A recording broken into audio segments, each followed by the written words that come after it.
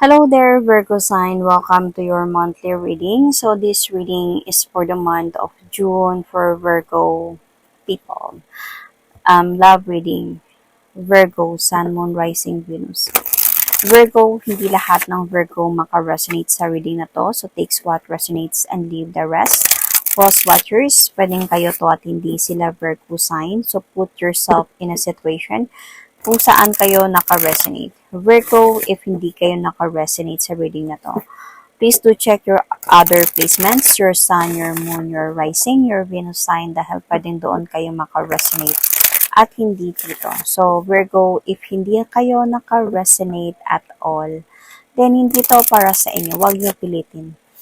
Okay, so let's pull an oracle card, Virgo, for your situation and your person's situation. So, titignan natin mamaya kung ano yung pwedeng mangyari this month of June for Virgo love reading based sa story na makikita natin ngayon.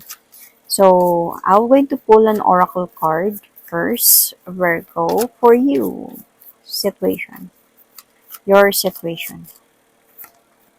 Today. Present now in the moment. So, ngayon. Your person's situation. Interlude. Post. Timing factor. So, Virgo, I can see here na with this part sa person mo na parang pose muna. Parang dahan-dahan muna. While on your part is gusto mo agad-agad. Gusto mo mangyari na. Gusto mo, might be, you wanted decision right now. Today na, now na, this moment na. Ngayon na. Pero parang, I think yung person mo hindi siya ready. Parang timing lang. Hindi pa ako ready kung ano man to. Titignan natin sa oracle, sa tarot cards. So, Virgo.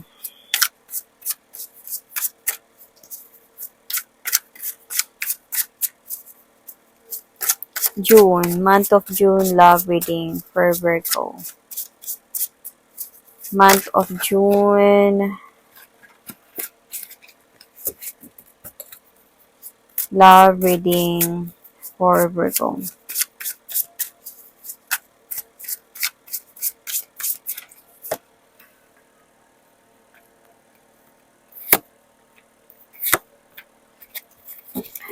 Okay, so Virgo.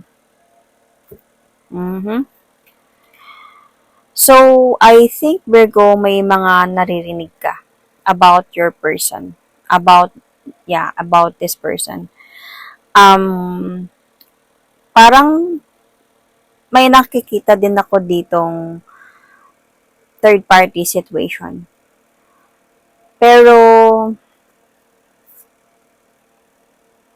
lumalabo kayo ng person na to. I think hindi kayo nag-uusap ngayon. Okay, get it.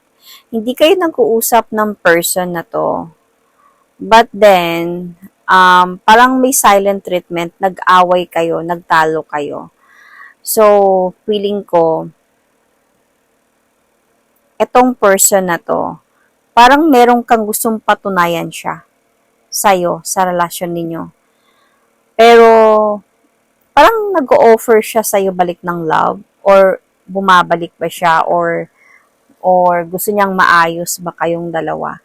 And gusto mong patunayan niya yung mga dapat niyang patunayan right away. Gusto mong makita yun. Gusto kong mag-decide ka ngayon na.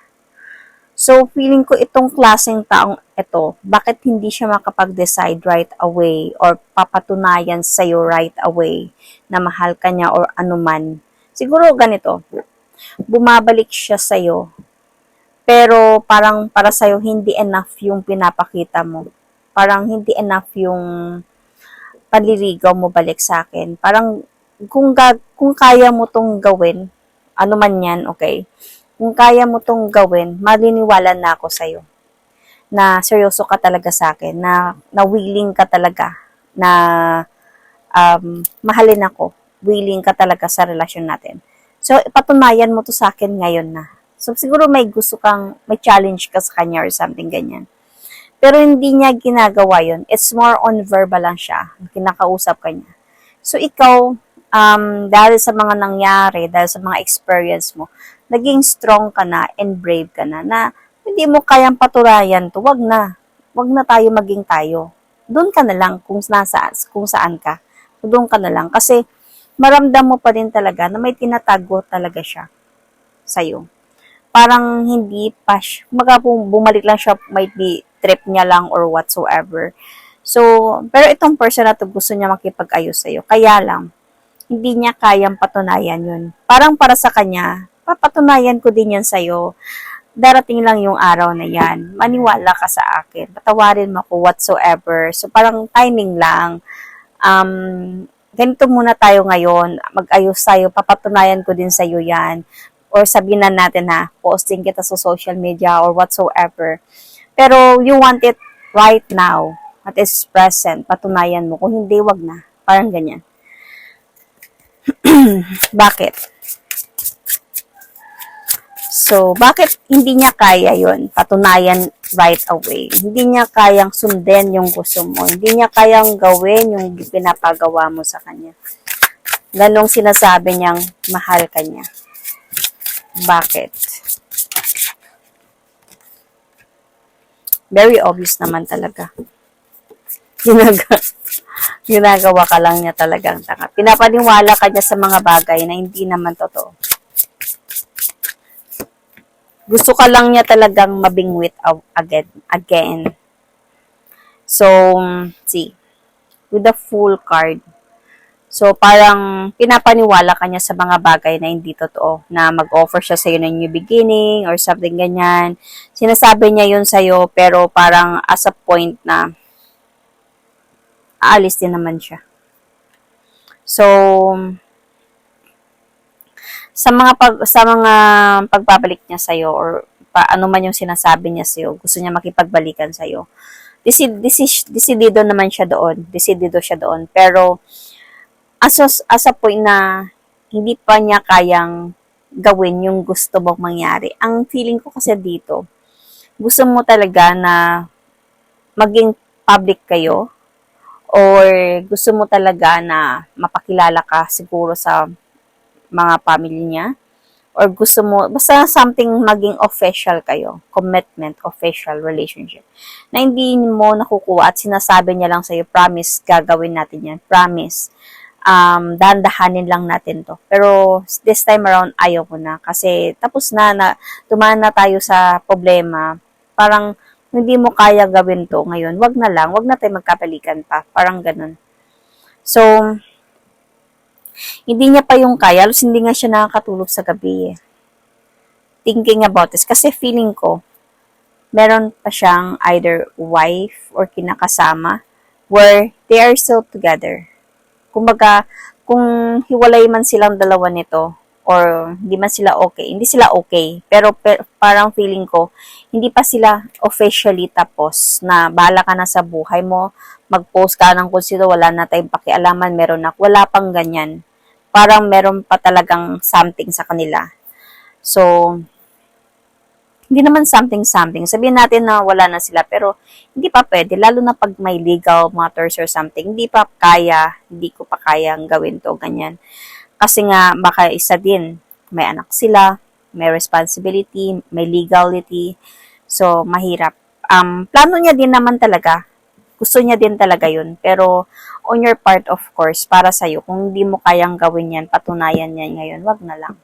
Okay? Decision mo yan, actually. So, ano ba yung nararamdaman ng person mo para sa'yo? Pero hindi niya sinasabi yun sa'yo, kaya nga, yun yung tinatago niya sa'yo.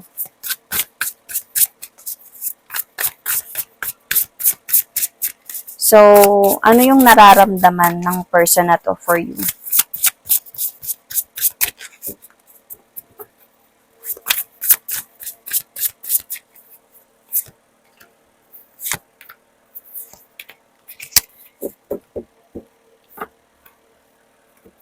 Actually, Virgo, nakita niya naman talaga yung birth mo. Virgo, para sa kanya, you are someone very kind. wife material person. Someone who is very genuine or very generous sa kanya. Very supportive talaga din sa kanya. Wala siyang masabi sa'yo, kaya nga binalikan ka niya eh. So, willing naman talaga sana siya to offer a second chance sa new beginning with you. Mag-progress yung relationship niyo. Pero alam mo yung nararamdaman niya din dito na alam niya, parang kahit paano mangyari, alam niya na naglololo ko pa din talaga siya. Kasi hindi naman siya naging talaga sa'yo eh. Hindi siya naging honest sa'yo sa lahat. Kasi dito palang tinatago niya sa'yo eh, kung yung katotohanan. Sinasabi niya lang sa'yo na dahan-dahanin lang natin to. Basta magkabalikan lang kayo. Wala siyang sinasabi sa'yo about them. So, he's still cheating on you. Kung ganun. Kasi madami namang ways of cheating eh. Hindi lang yung basta third party lang. So, sa totoo lang, meron siyang feeling dito na nalulungkot din siya, nakukonsensya din siya. Mahal ka naman kasi talaga niya. Kaya lang, hindi niya lang talaga kayang gawin yung gusto mong mangyari. Dahil iniisip niya din siguro yung responsibility niya. Ganyan. So, nagkakaroon din sa kanya dito ng mga realizations, ganyan, clarities, ano ba talagang gagawin ko. Kasi, parang malakas na talaga yung loob mo dito na Virgo na magde-decide ka kung hindi niya kayang patunayan nun, you will going to cut him or her off sa buhay mo.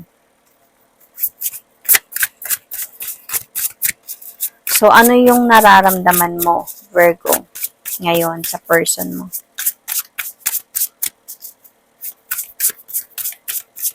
Nararamdaman mo.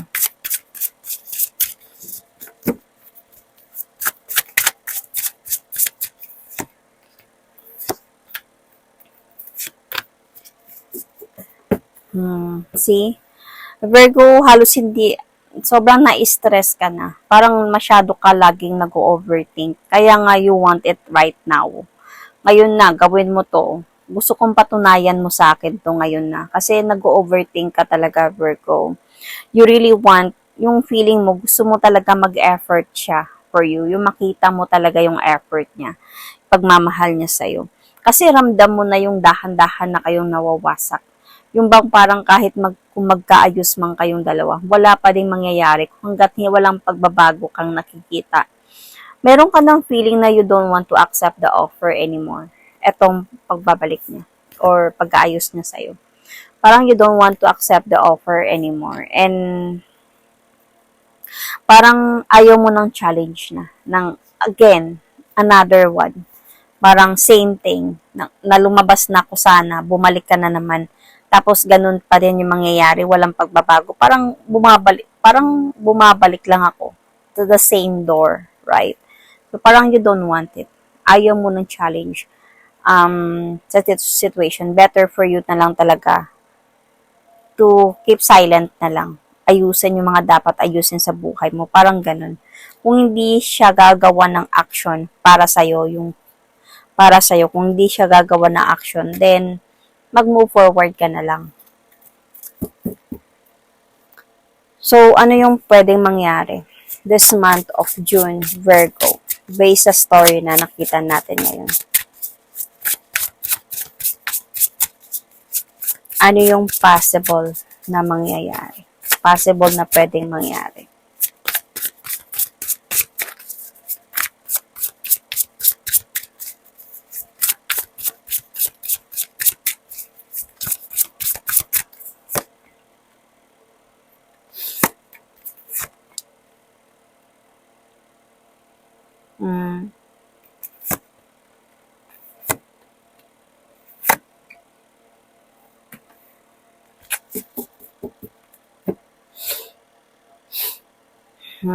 Virgo, I can see na ma-miss nyo din yung isa't isa. Mamimiss nyo din yung isa't isa, Virgo. And nakikita ko dito, emotionally talaga, mawawalan ka ng gana dito sa sitwasyon, sa relationship ninyo. Kahit pa siguro yung person mo mag-o-offer sa'yo ng victory, kahit pa siguro yung person mo, I think, You can watch the reading of the Leo sign. Hindi naman sila similar, pero parang feeling ko may pagka. Not totally as. Um, Kasi dito kasi nakikita ko na parang yung person mo mag-o-offer talaga siya sa'yo ng victory. Kumbaga, gusto niyang, siya sasabihin niya talaga sa'yo na sure na siya sa'yo. Ganon. Pero, yun nga, sa gusto mong mangyari, di niya kayang gawin. Kaya, yun yung parang pause, timing factor, timing lang. Pero, you really want it now. Doon ka, abang, siguro sabihin natin kung papatawarin mo siya or mapapatawad mo siya this month of June, mababadrip ka pa din eh. Magiging emotionally detached ka sa kanya. Dahil sa aantayin mo pa din yung gusto mong mangyari na walang nangyayari. So, siguro asa po na mapapagod ka sa kakaantay kung kailan niya gawin yun. Mapapagod ka talaga. Siguro tatagal na lang kayo nang walang mangyayari. So, parang as a point nga dito, maiipit ka sa sitwasyon dito. Anong gagawin ko? Parang matatrap ka into loving this person and to the things that you really want from your relationship. So, parang walang nangyayari. Hindi mo alam actually. I think based sa person mo, hindi niya alam kung anong desisyon ang gagawin niya dito. So, even yung person mo, sa totoo lang, mahihirapan din to siya. Kasi ang iniisip niya kasi yung responsibility niya. Siguro sabihin natin na wala na sila ng asawa niya ba, ng kinakasama niya ba. Pero yun nga sabi ko, may mga anak sila or legally married sila. Kaya hindi madali yung yung gusto mo talagang mangyari dito, Virgo. Pero nakikita ko mapapagod ka sa kakaantay. Wala naman ako nakita ditong total separation talaga or ano man. Nasa iyo yung decision na yan, Virgo. Nasa iyo yung decision. Kasi may nakikita pa nga ako dito eh, na tatagal pa kayo. Tatagal kayo ng ganito. So, sa decision mo yan, Virgo, since you're already guided by the cards.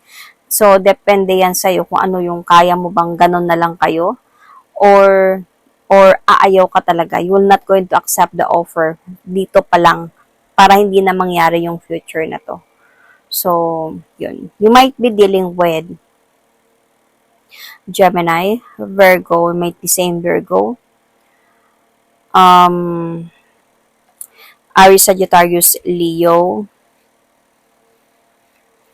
You might have Capricorn in your chart. Check your placements. You might be dealing with Aquarius. Or Cancer, Scorpio, Pisces.